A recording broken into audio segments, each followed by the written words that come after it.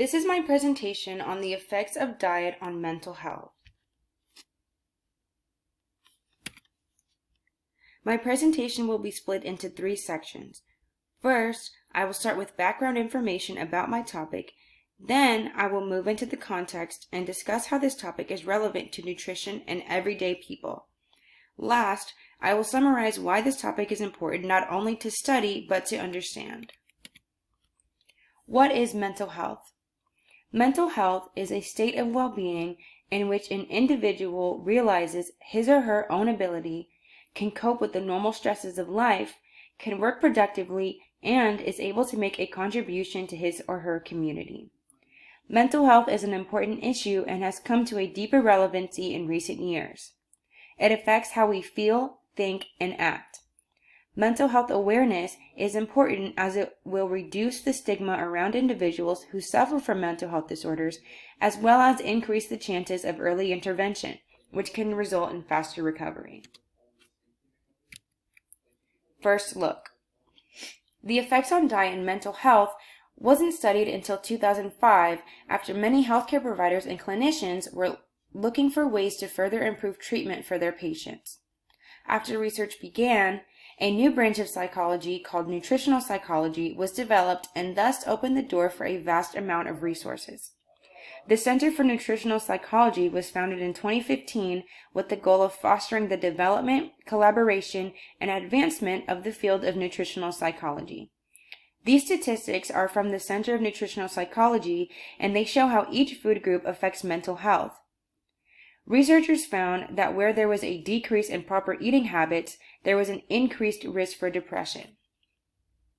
This graph is just showing that individuals who consumed more whole foods, antioxidants, and fiber showed a decreased risk for depression, while those who consumed sugar and more fast foods had an increased risk for depression. Core foods versus non-core foods. This particular study shows the effect of diet and mental health on the general population in Australia. Parameters tested include the amount of drinking and smoking, the presence of chronic disease, socioeconomic standing, and any previous history of depression and diagnosis.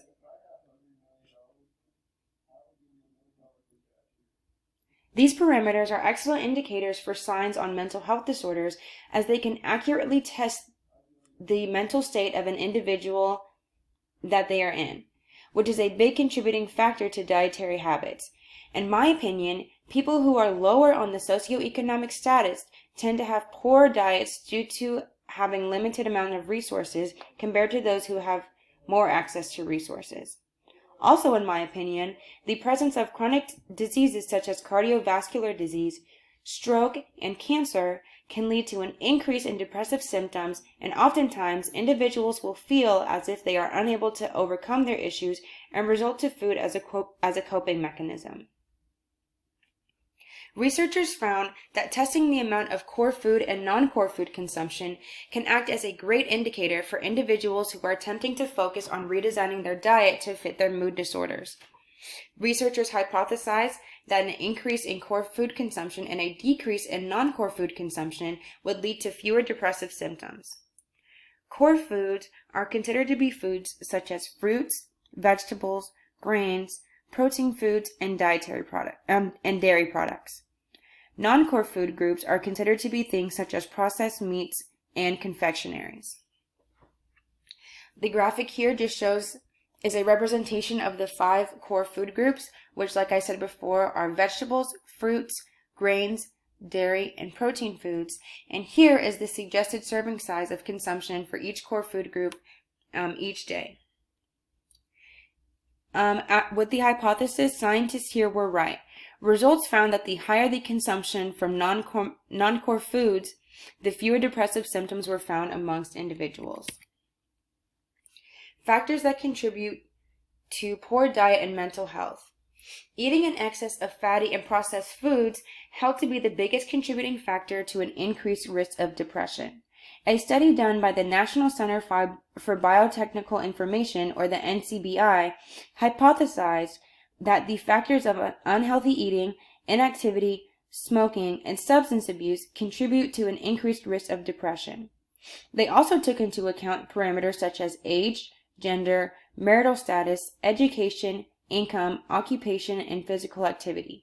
Similar to the previous study, these parameters act as major contributors to stress indicators that could affect diet. Fast foods that contain lots of unsaturated fats, such as hot dogs, hamburgers, and sodas, are found to increase the risk of depression as they lack sufficient amounts of energy needed during the day.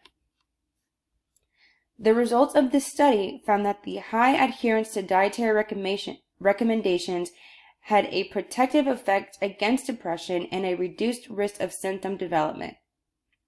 Overall, the study found that diet is important for the emergence and treatment of mental illness, and a diet with a high intake of fruits, vegetables, fiber, fish, whole grains, less added sugar, and less processed foods was the most ideal in avoiding an increased risk of depression.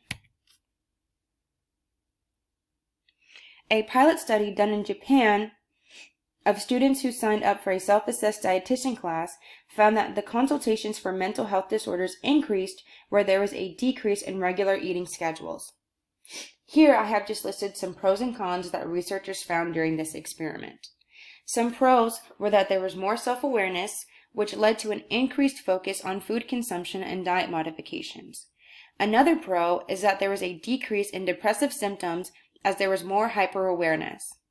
Lastly, there was a more self-starter initiative attitude. Some cons include that self-awareness also led to an increase in body dysmorphia and depressive symptoms. Another con is that there was an increase in consultations for mental health and mood disorders.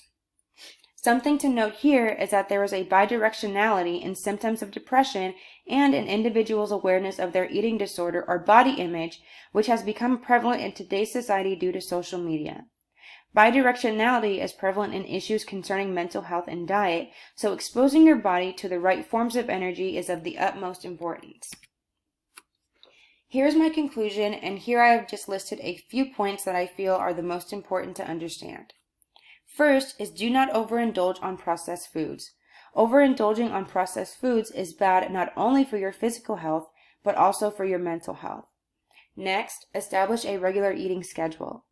Eating an unhealthy diet, eating in irregular intervals, and indulging in non-core foods are the three biggest contributing factors to an increased risk of depression. Next, always eat in moderation and follow the dietary recommendations set forth by dietitians. Last, if you ever need help, do not be afraid to reach out. Be sure to have adequate psychosocial support. Gathering help from friends, family, co-workers, clinicians, or any loved one is never a bad idea. These are my references. Thank you.